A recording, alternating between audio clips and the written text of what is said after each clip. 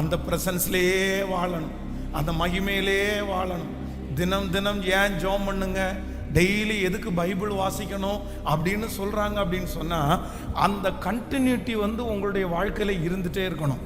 பாருங்க, ஒரு நாள் அப்படி நம்ம கேப் விட்டுட்டோம் அப்படின்னு வச்சுக்கோங்களேன், அதற்கு பிறகு அதை எடுக்கிறதுக்கு ரொம்ப கஷ்டம். பிசாசு எதிர்பார்த்துட்டே இருப்பான். அதான் நான் உங்களுக்கு சொல்லியிருக்கிற மிகப்பெரிய தேவனுடைய மனிதனாகிய ஊழியக்காரர் ஊழியத்தை முடித்து இரவில் படுத்து தூங்க போகும்போது ரொம்ப களைப்பாக இருந்ததுனால இரவு ஜெபம் பண்ணாமல் அப்படியே படுத்து தூங்கும்போது ஒரு சொப்பனத்தை பார்த்தாராமா.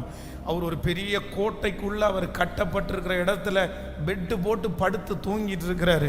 ஆனால் யாரோ ஒருத்தர் வெளியிலிருந்து ஒரு சுத்தியல் வச்சு ஒரே ஒரு கல்லை மட்டும் உடைச்சி அப்படியே வெளியில் எடுக்கிறது மாதிரி பார்த்த உடனே திடுக்கிட்டு எழும்பி, ஆண்டவரே, இந்த சொப்பனத்தினுடைய அர்த்தம் என்ன, நீங்கள் என்ன சொல்ல விரும்புகிறீங்கன்னு கேட்ட உடனே ஆண்டவர் சொன்னாராமா, நீ ஒரு நாள் ஜெபத்தை மறந்துட்ட, நீ ஒரு நாள் ஜெபம் பண்ணாமல் இருந்ததுனால உன்னை சுற்றி கட்டப்பட்டிருக்கிற அந்த பாதுகாப்பு சுவர் அப்படின்றதுல ஒரு இடம் எடுக்கப்பட்டு அந்த இடத்துல ஒரு ஓட்டை விழுது, அதனால நீ விழிப்பா இருக்கணும்னு ஆண்டவர் அந்த தேவ மனுஷனிடத்துல சொன்னாராமா.